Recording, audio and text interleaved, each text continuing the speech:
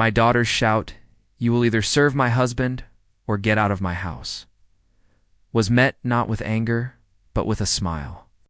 I simply grabbed my suitcase and walked out, leaving behind the home I had worked my entire life to pay for. She had expected me to fall apart, as I usually did, but this time was different. A week later, I had 22 missed calls, a sign that my plan was working. They would soon regret their hurtful words and actions.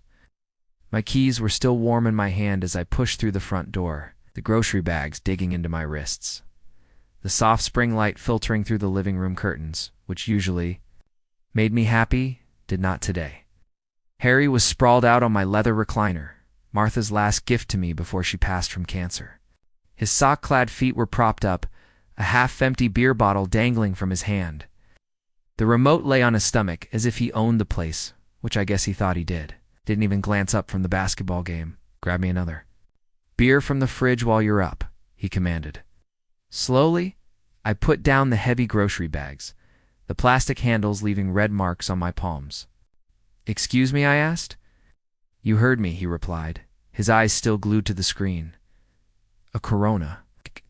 Not that cheap stuff you drink." A cold feeling settled in my chest. I had bought those expensive Coronas specifically for him, using my Social Security money on beer I would never drink myself. "Harry, I just got here. I need to put these groceries away," I told him. He finally looked at me, his face showing that familiar expression that labeled me as difficult and unreasonable. "What's the big deal? You're already standing. I'm comfortable." "The big deal," I said, "is that this is my house." Harry's feet hit the floor with a thud. He stood, using his height to intimidate me. At 30, he was much bigger and broader than I was, but I had a lifetime of experience dealing with difficult people. "Your house," he sneered. "Funny because your daughter and I live here, and we pay the bills with my money." "Details," said, stepping closer, beer still in hand. "Look, Clark, we can do this the easy way or the hard way. If you want to keep living here peacefully, you play ball. It's that simple." The kitchen door swung open and Tiffany appeared, her blonde hair in a messy ponytail, a dish towel in her hands. She took in the tense scene, Harry standing over me. "What's going on?" she asked, her voice holding the same warning tone from her teenage years. "Your father is being difficult," Harry said, still glaring at me. "I just asked him to get me a beer, and he's making a federal case out of it." Tiffany looked at me with disappointment, as if I were a misbehaving child. "Dad, just get him the beer. It's not worth fighting over." But Harry wasn't finished. He moved closer, the smell of alcohol on his breath. "Listen, Clark, here's how things are going to be," he said. "You live in our house, so you contribute. When I ask you to do something, you do it. No questions, no attitude." I kept my voice steady, even though my heart was pounding. "Our house?" I questioned. "That's right," Tiffany replied, stepping to her husband's side to form a united front. "Dad, you have to decide now. Either you help Harry and do what he asks, or you can pack your things and leave." The words hung in the air.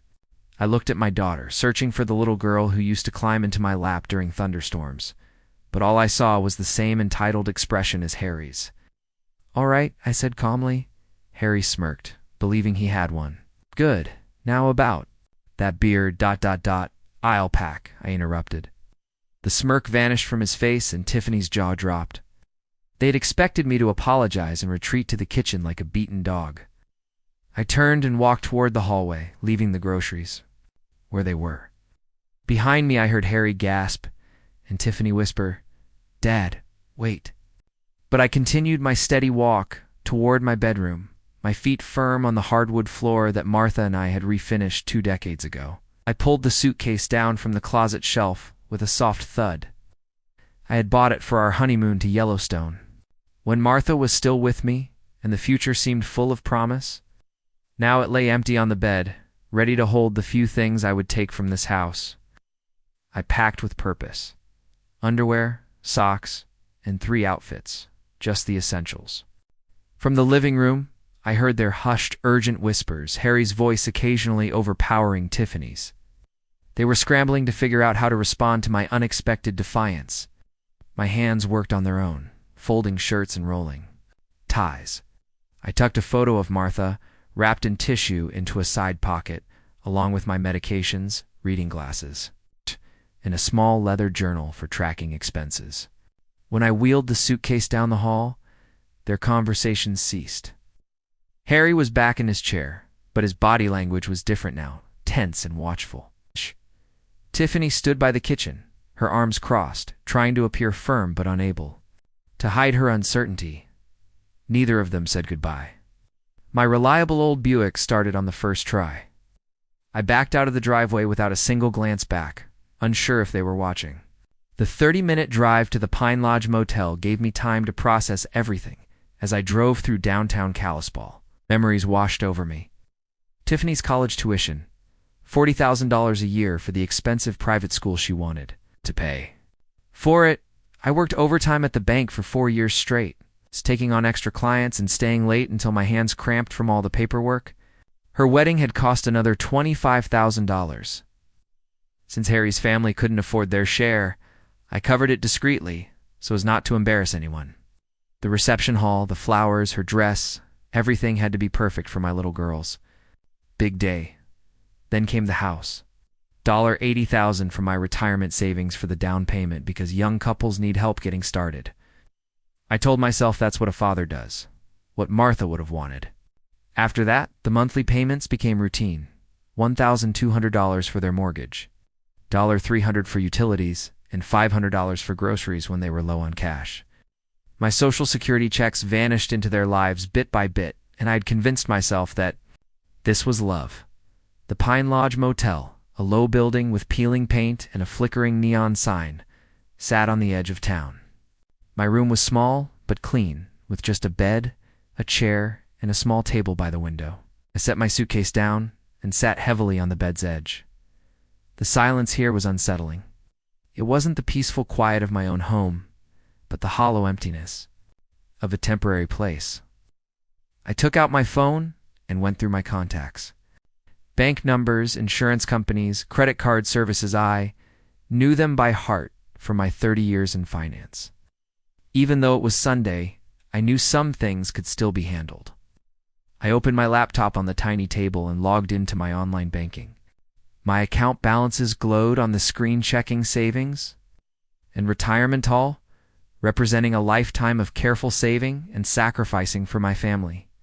The cursor blinked, waiting for my next move. The morning was gray and overcast, a perfect match for my mood. I spread my papers across the motel table like a general preparing for a campaign. Bank statements, insurance policies, and legal documents, everything was organized and ready. My first call was to First National Bank, though Sunday banking was limited. Automated systems were always on. "Good morning, Mr. Miller. How can I help you today?" the representative asked. "I need to cancel the automatic mortgage payment for 847 Pine Street, account ending in 4729. There was a pause, followed by keyboard clicks. "Sir, I show that the payment has been active for 5 years. Are you sure you want to cancel it?" "Completely sure," I said. "The homeowners no longer qualify for my financial assistance." After more clicks, the representative confirmed the payment would be canceled immediately. The next call was simpler. For 3 years, I had been paying $280 a month to insure their cars, Harry's Silverado and Tiffany's Hyundai vehicles I never drove. "I need to remove 2 vehicles from my policy," I told the agent. "My daughter and son-in-law will need to get their own coverage. When would you like this change to take effect?" "Today," I replied. The credit cards were the most involved. Tiffany was an authorized user on 3 of my accounts, and I had been paying a monthly average of $500 for her purchases. The representative explained that removing her would require her to apply for her own credit, and that while new charges would be blocked, I would still be responsible for the existing balance. I told her to remove Tiffany from the accounts immediately. With each call, a weight was lifted from my shoulders. My 30 years in banking had taught me the legal procedures, and everything I was doing was well within my rights. I also started the process of changing the beneficiary on my $100,000 life insurance policy. It was money I had saved to protect my family's future. But the meaning of family had changed. By noon, I had made 8 calls. The mortgage payments were stopped, the insurance was canceled, the credit cards were blocked, and the automatic transfers that had been draining my accounts for years were all gone. Each call ended politely with a confirmation number. I leaned back in the cheap motel chair and looked at my notes, a paper trail of my newfound financial independence. My phone was silent, with no missed calls or urgent messages. They didn't know yet. They likely wouldn't until the first payment bounced, or a bill arrived with their name on it instead of mine, but they would find out soon enough. I closed my laptop and walked to the window. In the parking lot, an elderly man was loading suitcases into a pickup truck while his wife gave gentle directions. Their easy partnership and practiced familiarity reminded me of Martha and me. My phone buzzed with an unknown number, but I let it ring. The rest of the week was quiet for me, but it was anything but quiet for them. I settled into a new routine at the motel, enjoying coffee from the lobby, breakfast at the nearby diner, and long walks through Kalispell's quiet neighborhoods. My phone's missed calls grew like a collection I had no interest in. By Wednesday, there were 12 messages. By Friday, 22. I listened to them in order, hearing them progress from confusion to anger to outright panic. The first calls were casual Tiffany asking about a banking error with the mortgage, and Harry leaving annoyed messages about the lapsed car insurance. By midweek, their panic was obvious. "Dad, what the hell is going on?" Tiffany's voice cracked. With frustration, the bank said, "You stop the payment. They're demanding the full amount by Friday, or they'll start foreclosure." Harry's messages became more aggressive. "Clark, you need to fix this now. My insurance lapsed, and I have people asking questions. You're making us look like deadbeats." The final messages were pleading. Tiffany was crying, promising they would fix everything if I would just call them back. Harry tried a new tactic, claiming he had been too harsh and wanted to make things right. After listening to each message, I simply deleted them, feeling nothing but a faint curiosity about their escalating desperation. On Thursday morning, a knock on my door revealed both of them through the peephole. Tiffany wore a wrinkled sweater, and Harry was in his work clothes. They both looked exhausted. I opened the door but did not invite them in. "Dad," Tiffany said, her eyes red-rimmed and her composure shattered. "We need to talk." "About what?" I asked. Harry pushed past her, his face flushed with anger. "About you trying to ruin our lives over a stupid argument about beer?" "I'm not trying to ruin anything," I said calmly. "I'm simply not paying for your lives anymore. The mortgage—" "Clark!" Harry's voice rose. "You can't just stop paying it? That's our house?" "Actually, it's my house," I corrected. "My name is on the deed and the loan. You two were just guests." As Harry stepped closer, Tiffany grabbed his arm. "Dad, please," she pleaded. "We can work this out. Harry was wrong to talk to you like that, we both were. But you can't just leave without warning or a discussion. You gave me an ultimatum," I reminded her. "Do what Harry says, or get out." Those were your exact words. "Didn't mean it like that," she insisted. "Yes, you did," I said, looking at the stranger in my daughter's face. "You meant every word. You just never expected me to choose option 2. Harry tried a calmer approach. "Look, we all say things we don't mean. But you're talking about our home, our credit, our whole lives. You can't just pull the rug out from under us." "I can, and I did," I said, beginning to close the door. "You wanted me to leave, so I left. You wanted to handle your own lives, and now you can." "Dad, wait." Tiffany's voice broke. "What about family? What about everything we've been through?" I paused, looking at her desperate face. For a moment, I remembered the little girl who helped me rake leaves and brought me dandelions from the yard, but that girl had become a woman who stood by as her husband humiliated me in my own home. "Family works both ways, sweetheart," I said quietly. "I spent 5 years taking care of both of you. When it was time for you to take care of me, you chose him instead." Harry's composure snapped. "You crazy old bastard, you can't just—" "If you keep raising your voice, I'll call the police," I interrupted. "This is private property, and you're disturbing the peace." They stared at me, seeing me clearly for what felt like the first time in years, not a kind-hearted father or an easy bank account, but a man who had finally learned to say no. Harry grabbed Tiffany's elbow. "Come on, we'll figure it out ourselves." They walked back to their car, Harry's swagger gone, replaced by a worried slouch. Tiffany looked back over her shoulder as if she were seeing a stranger. I watched them drive away, then closed the door. The work of dismantling a relationship wasn't over. I still had more calls to make and accounts to close. I needed coffee and a clear head. The diner on Main Street had always been my safe place. When Martha was alive, we would meet there after her doctor's appointments and split a slice of apple pie. Tuesday morning found me walking the familiar 3 blocks, my breath visible in the chilly air. The routine felt grounding after yesterday's confrontation. I had spent the morning organizing my paperwork, reviewing bank statements like a general studying battle plans. As the diner's bell chimed, I was greeted by the comfortable smell of coffee and bacon. I'd just settled into my usual booth when I heard a familiar voice. Clark Miller. Well, I'll be damned. It was Bob Harrison, with whom I had worked for 15 years at First National Bank. I stood and shook his hand. Good to see you, Bob. Mind if I join you? He asked, sitting down before I could answer. I heard you moved to the Pine Lodge. Is everything all right? A waitress brought coffee, giving me a moment to consider what to say. Just a family situation, I said. Needed some space. Bob nodded, his eyes on my face. That son-in-law. Yours tried to pull a fast one on us a few months back. My coffee cup froze halfway to my lips. What do you mean? He wanted a $50,000 home equity loan on your house, Bob said, his expression hardening. Claimed it was his property and even brought in official-looking documents.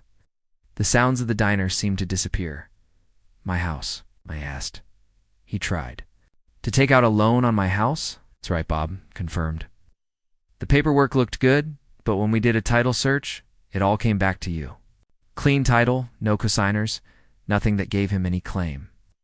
I carefully set my cup down. When did this happen? December or January?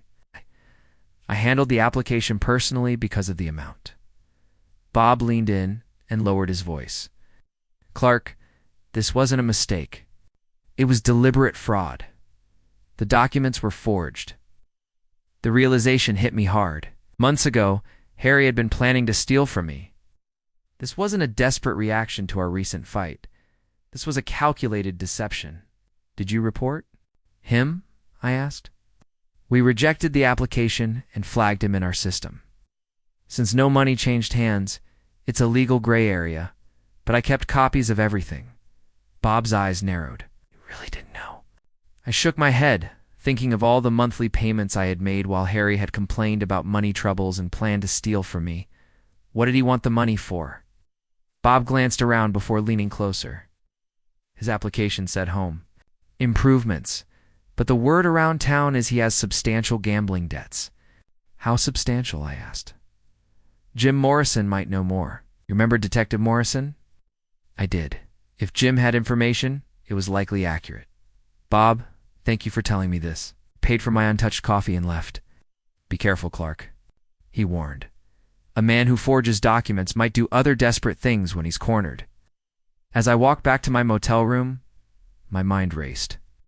Harry's demand for a beer and his disrespect made sense now. He saw me as a target, a source of cash for his gambling habit. The ultimatum wasn't about control. It was about maintaining access to money he thought he deserved to steal. In my room, I opened my laptop and created a new document. Harry Thompson. Evidence. Bob's information was just the beginning. I needed to know what else he had been hiding. I had 1 hour before the courthouse closed to file the paperwork that would change everything. After lunch, I drove straight to the Flathead County Courthouse, a building that had once intimidated me, but now felt like an ally. In the clerk's office, a middle-aged woman efficiently processed my eviction notice. Mr. Miller, you understand? This is your daughter's residence? She asked, looking at the deed. It's my property, I replied. The residents have violated the terms of their occupancy. What terms? She asked. I had prepared for this question. A verbal agreement of mutual respect and contribution to household expenses. Both conditions have been breached. With a practiced motion, she stamped the papers. The 30-day notice period begins today. If they contest, we'll schedule a hearing. Otherwise, the sheriff will serve the final papers after the deadline. She said the sheriff's department usually handled service within 48 hours. I thanked her, feeling the power of the legal system behind my actions. or financial manipulation. Everything was now being handled through proper channels. My next stop was the police station. Detective Jim Morrison's office was a cramped space filled with filing cabinets and coffee-stained papers.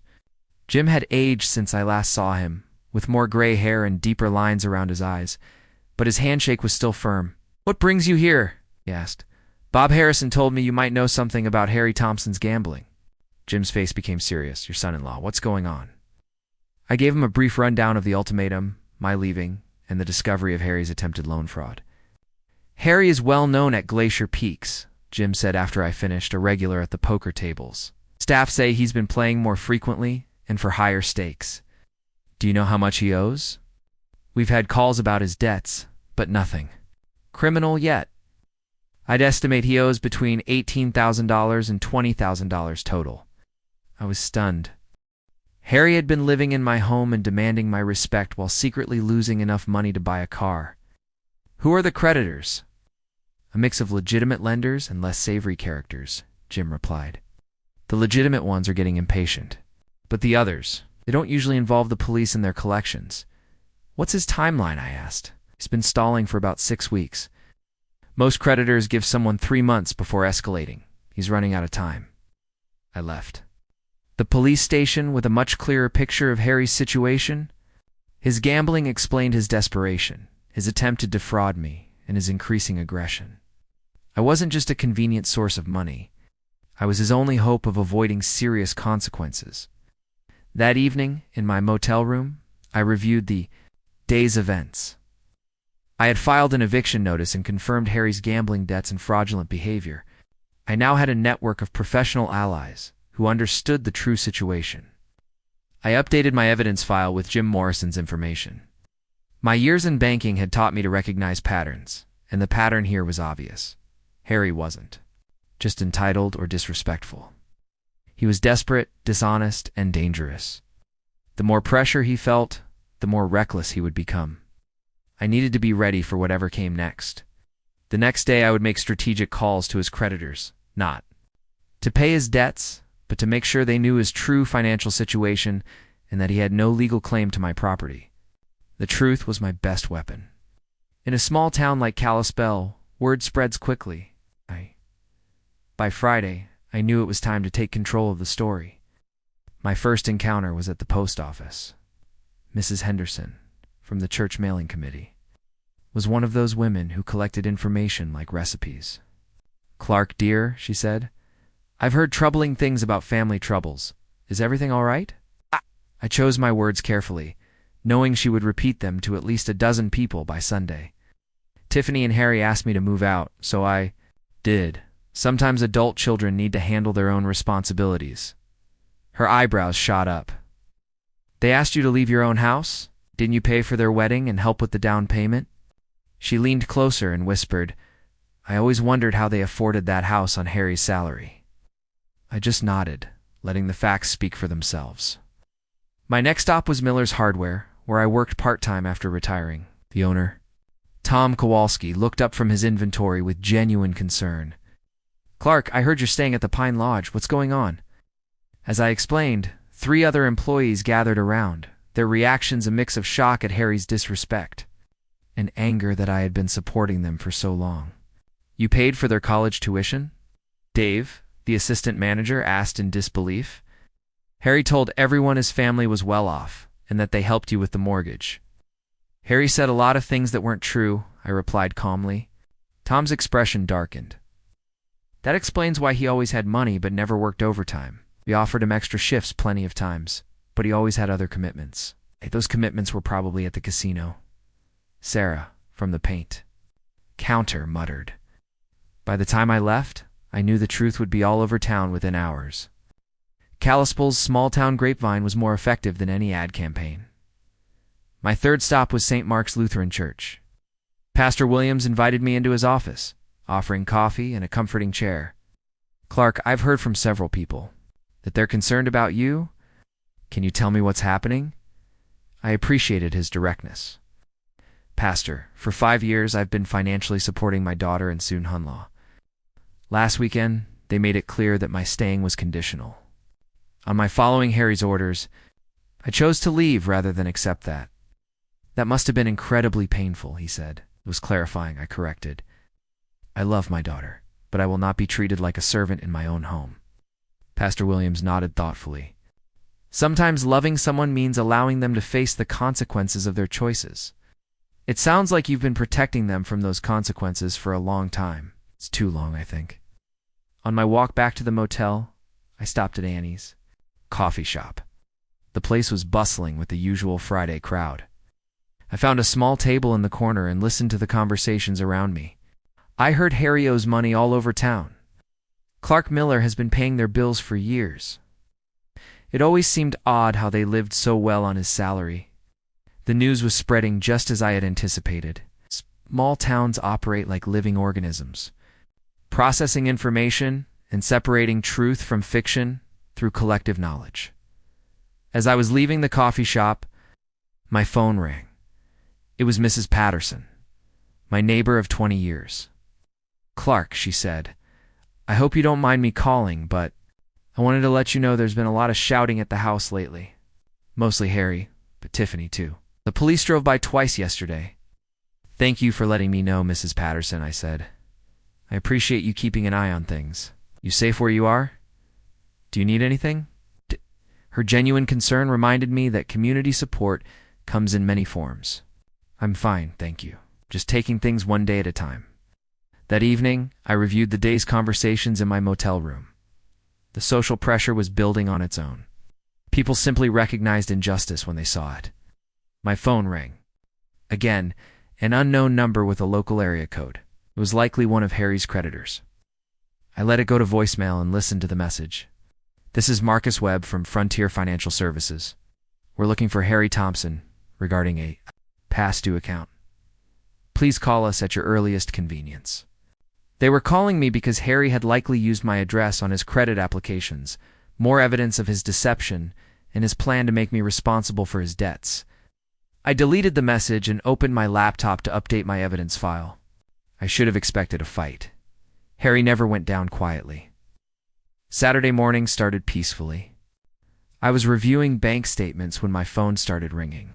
First, Tom from the hardware store, then Mrs. Henderson, then Pastor Williams. Call brought the same disturbing news.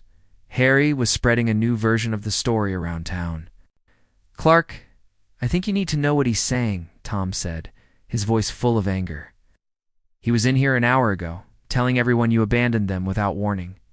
He claims you promised to take care of them and then changed your mind out of spite. What exactly did he say? I asked. He said you're having some kind of mental breakdown and that you kicked them out because Tiffany wouldn't let you control their lives.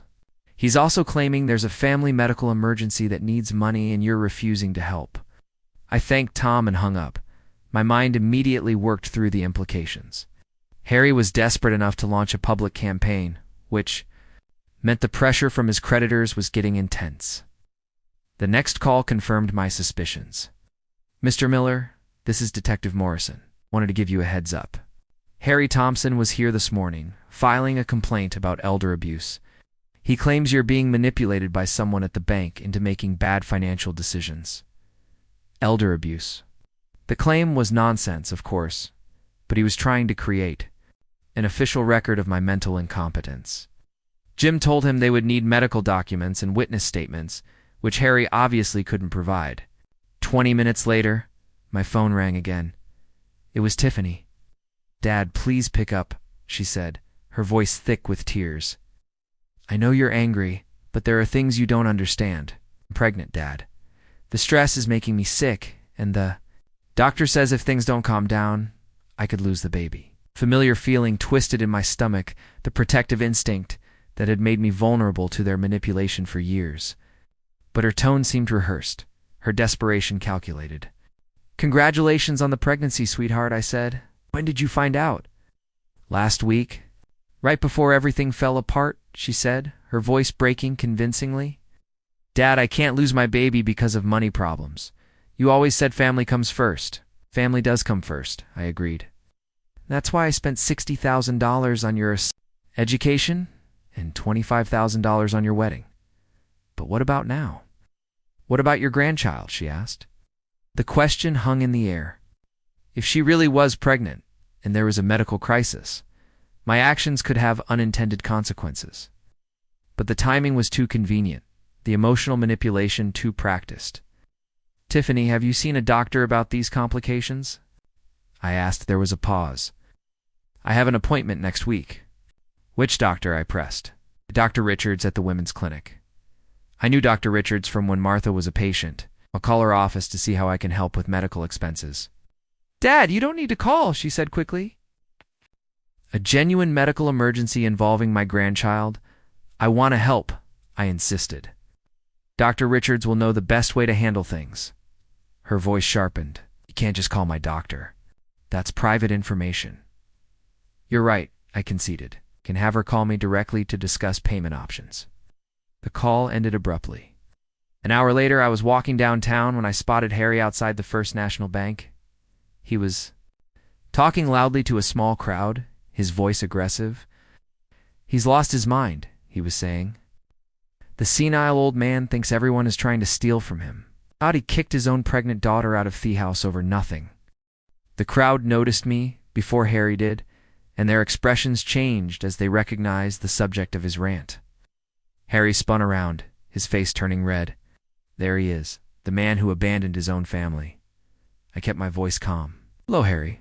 How's the gambling debt situation working out?" The accusation hit him hard, and murmurs rippled through the crowd as the pieces of the puzzle started to fit together. "You're crazy," he sputtered. "I don't know what you're talking about."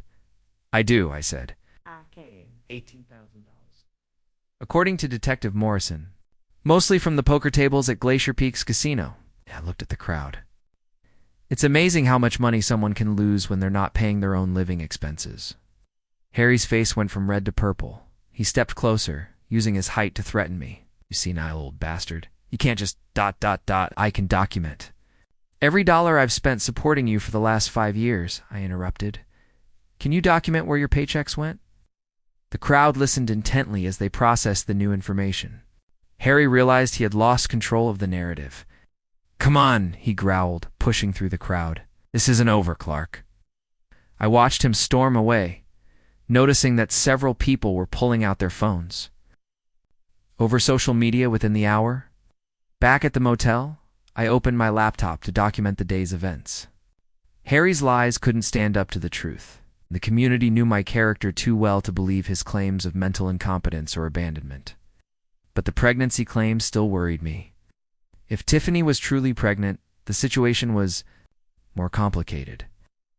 I needed to verify her claim before I made my next move, so I picked up my phone and called Dr. Richards' office. If there was a real medical emergency, I would help, but I wouldn't be manipulated by a fabricated crisis. Harry's public threats had crossed a line. I walked back to my room, pulled out my phone, and called Detective Morrison. "James," I said, "we need to talk. Harry's behavior today shows a pattern of escalation that concerns me." "How so?" he asked. "He confronted me publicly, made threatening gestures in front of witnesses, and his whole demeanor suggested someone losing control. I looked out my window at downtown.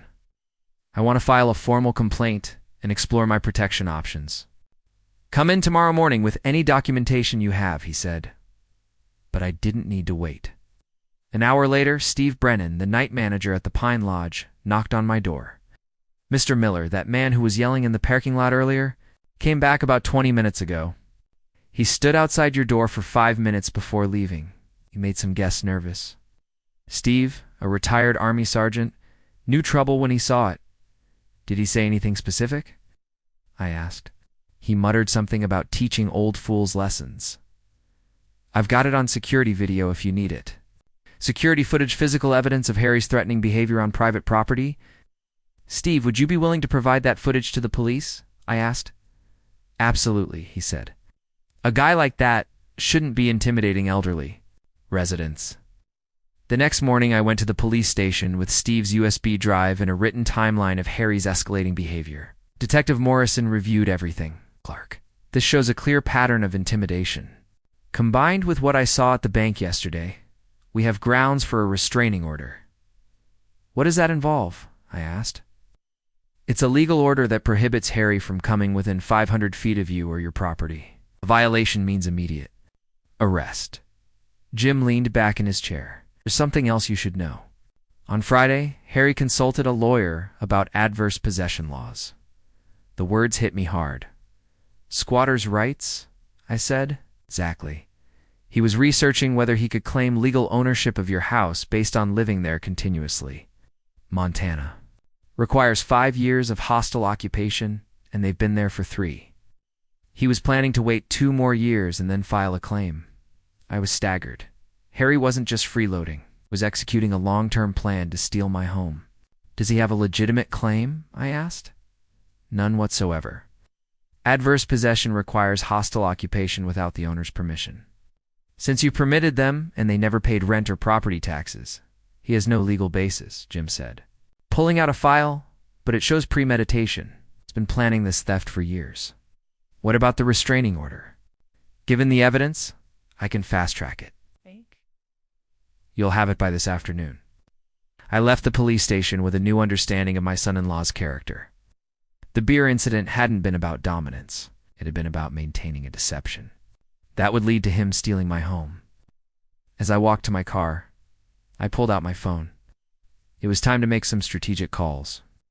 I first called Marcus Webb at Frontier Financial Services, one of Harry's creditors. Mr. Webb, I'm returning your call about Harry Thompson. I need to clarify something important. He no longer lives at my address and has no legal claim to my property. He was a guest in my home, and I evicted him last week. If you're looking for him, he works at Mountain View Auto Dealership on Highway 93. The second call was to Continental Credit Recovery. This is Clark Miller. You've been calling about Harry Thompson's debts. I want to clarify that he has no ownership interest in my property and no longer lives there. Each call was brief and factual. I wasn't paying his debts or giving out personal information, just correcting the false address he had used to avoid his creditors by noon. I had contacted 6 different collection agencies, and Harry's carefully built house of cards was about to fall. That afternoon, Judge Morrison signed my restraining order, which legally prohibited Harry Thompson from coming within 500 feet of me or my property. A violation would result in immediate arrest and potential jail time. Driving back to the motel, I felt a sense of satisfaction that justice was being served. Harry had spent 3 years scheming to steal my home, but now he couldn't even legally get close to it. My phone buzzed with a text from an unknown number. This isn't over, old man. I forwarded the message to Detective Morrison and blocked the number. Collecting evidence had become second nature. On Monday morning, I officially filed the restraining order. By noon, I was watching Harry's world fall apart from every angle. The courthouse clerk stamped the final copy with authority, telling me, Mr. Miller, this order is effective immediately. Any contact or approach within 500 feet is a violation. I thanked her and headed to my car, knowing a sheriff's deputy would serve Harry the papers within hours. My phone was already ringing. Clark, it's Mike Brennan from Mountain View Auto. It's Mike, Harry's boss, was a trustworthy man who had built his business on reputation. I need to ask you something directly. Are the things Harry's been saying about you true? What has he been saying? I asked. That you're having some kind of breakdown and threw him out because of dementia? There's a family medical emergency you're refusing to help with? Mike sounded skeptical.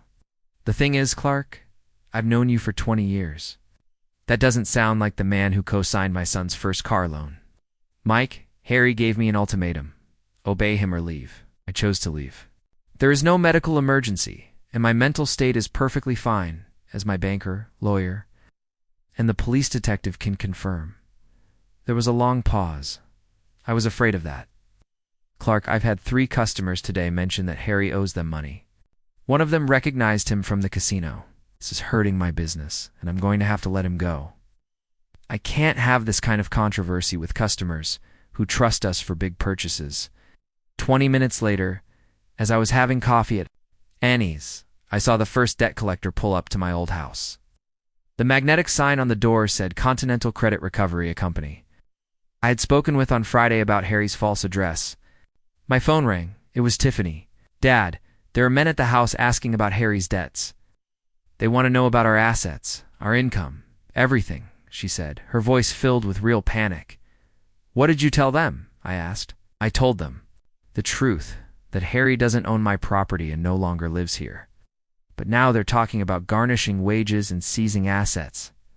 Dad, I don't understand any of this. Sweetheart, that's what happens when someone borrows money they can't repay. These are consequences Harry created, not me. He owes $18,000. How is that possible? She had clearly not known the full extent. Gambling debts. Glacier Peaks Casino, according to Detective Morrison. There was a quiet pause. He told me he was working overtime on those nights.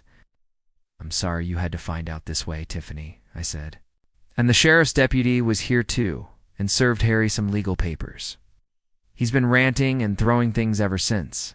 It was the restraining order. Harry was finally realizing he had run out of options. Dad, she said, her voice cracking. He's talking about leaving town. Says there's nothing left for him here. What am I supposed to do? Make decisions based on who Harry really is, I replied, not who you hoped he would be. That evening, I parked across the street from my old house and watched the chaos unfold. 3 different creditor cars had visited throughout the day. My longtime neighbor, Mrs. Patterson, waved sadly at me. Having watched the situation with concern through the living room window, I saw Harry and Tiffany arguing. His gestures were aggressive and desperate. Hers were defensive and frightened. The fairy tale marriage built on my financial support was finally collapsing as reality set in. My phone buzzed with a text from Steve at the Pine Lodge. That guy tried to get into the building again, it read. I told him about the restraining order. He left, but he was really angry. I forwarded the message to Detective Morrison. Harry was already violating the restraining order within hours of being served. His desperation was making him reckless and dangerous, but also predictable. A desperate man with gambling debts, no job, and legal trouble had only 2 options: face his responsibilities or run. Given Harry's character, running seemed the most likely choice. As I drove back to the motel, I wondered what would happen. To Tiffany, would she leave with him, choosing loyalty to a man who deceived her for years? Or would she finally see him for who he was and make a different choice?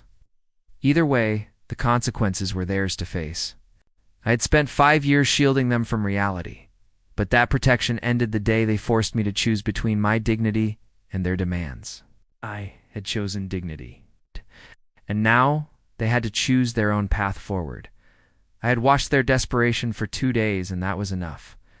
On Wednesday morning, I called Tiffany and asked her to meet me at the diner alone. I can't leave Harry alone right now, Dad. He's really struggling with all of this, she said. Then we have nothing to discuss. The restraining order means I can't be around him anyway, I replied. A long pause followed. Where do you want to meet? She finally asked. The Main Street Diner, at 2 o'clock. The back corner booth where we can talk privately. I arrived early and chose a booth facing away from the street, wanting our conversation to be about words, not worried glances. When Tiffany arrived, she looked older than 28, with stress lines around her eyes and nervous fidgeting with her purse strap. She sat down and immediately started talking.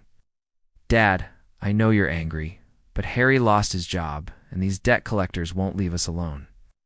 The phone rings constantly, and people are showing up at the door, demanding money we don't have. After she finished, I spoke calmly. Tiffany, I'm offering you one chance to end this with some dignity. What do you mean? She asked. A public acknowledgement of the truth, full disclosure of how much I've supported you both, and an honest explanation of why I left. Her face flushed. You want me to humiliate myself in front of the whole town? I want you to tell the truth, I said. There's a difference.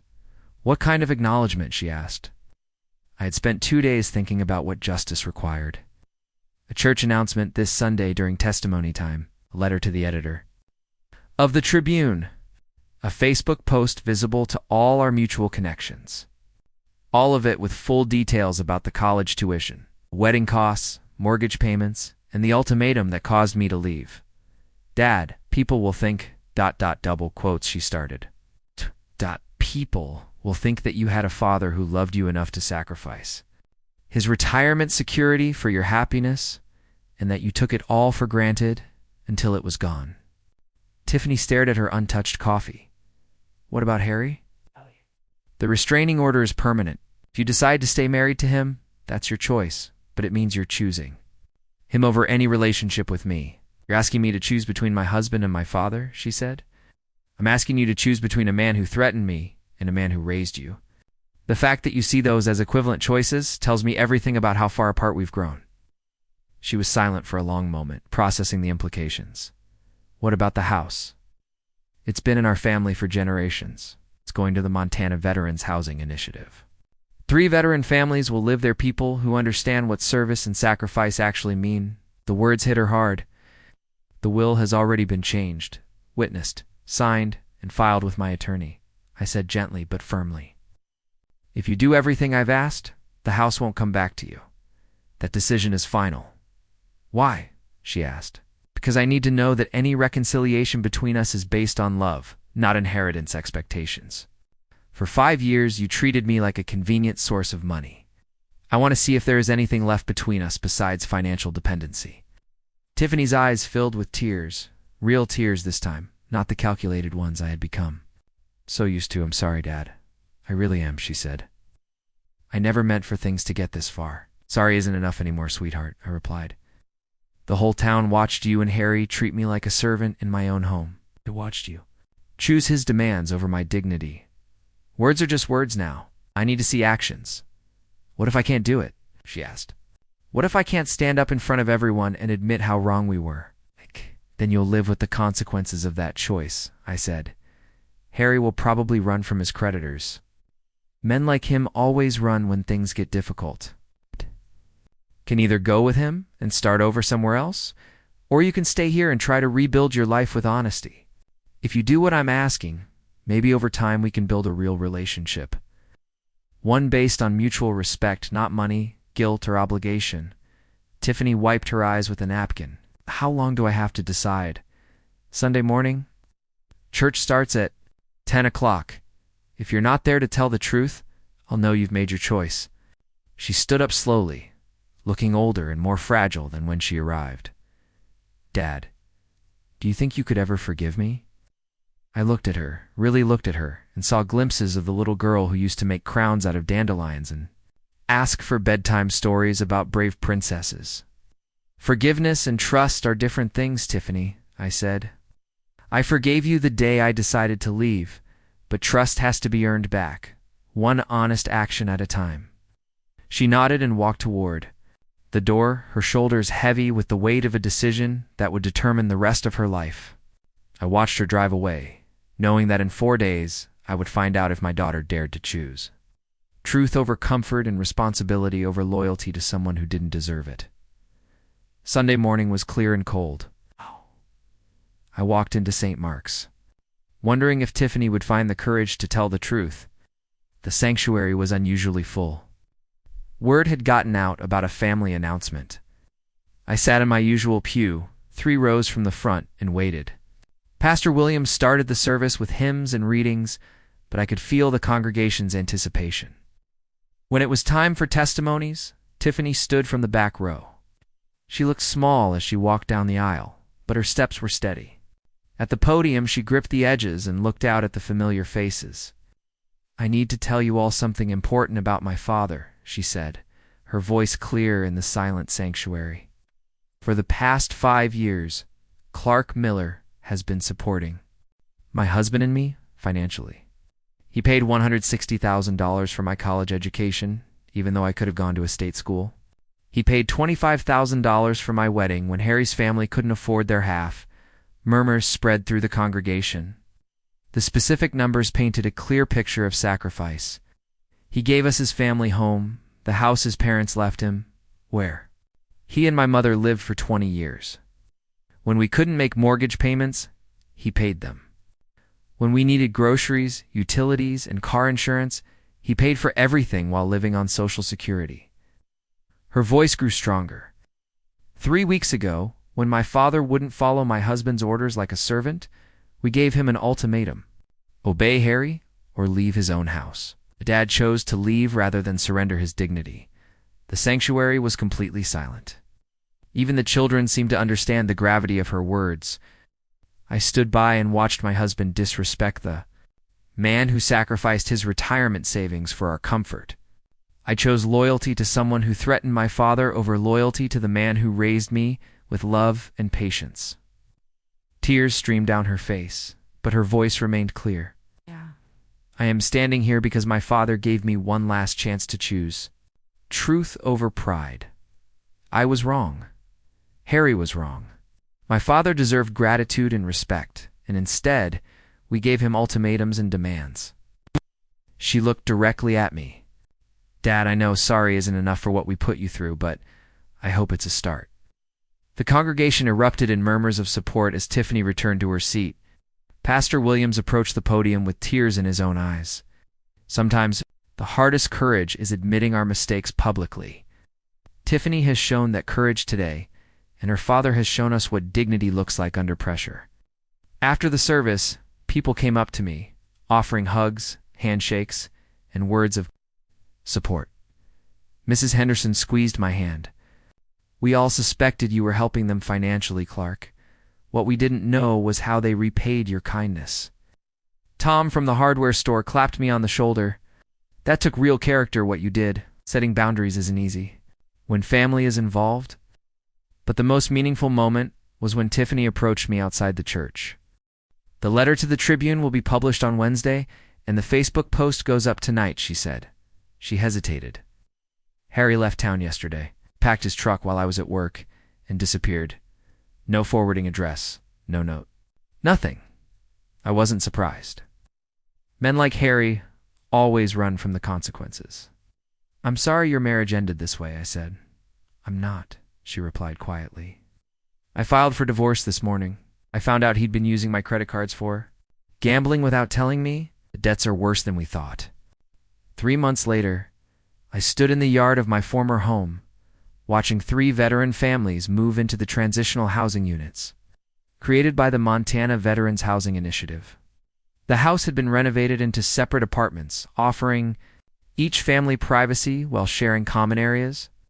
Staff Sergeant Maria Santos recently returned from deployment. Letter to children toward the playground donated by local businesses. Mr. Miller, this opportunity means everything to us, she said. Thank you for choosing veterans for this gift. Veterans understand sacrifice, I replied. This house should serve people who've actually earned it. My own life had settled into a peaceful routine at the lakeside cabin I had purchased, with my money no longer going to ungrateful dependents. I now enjoyed morning coffee on the deck overlooking Flathead Lake, an evening reading simple pleasures that felt luxurious after years of financial stress and family drama. The cabin was small, but perfect for me, with 2 bedrooms, a kitchen where I could cook real meals, and a dock for my fishing boat. My phone buzzed with a text from Tiffany. Dad, I'm 3 months into counseling and learning a lot about healthy relationships. Could we try having coffee sometime? I'd like to earn your trust back, one conversation at a time. I smiled, looking at the lake where an osprey was fishing.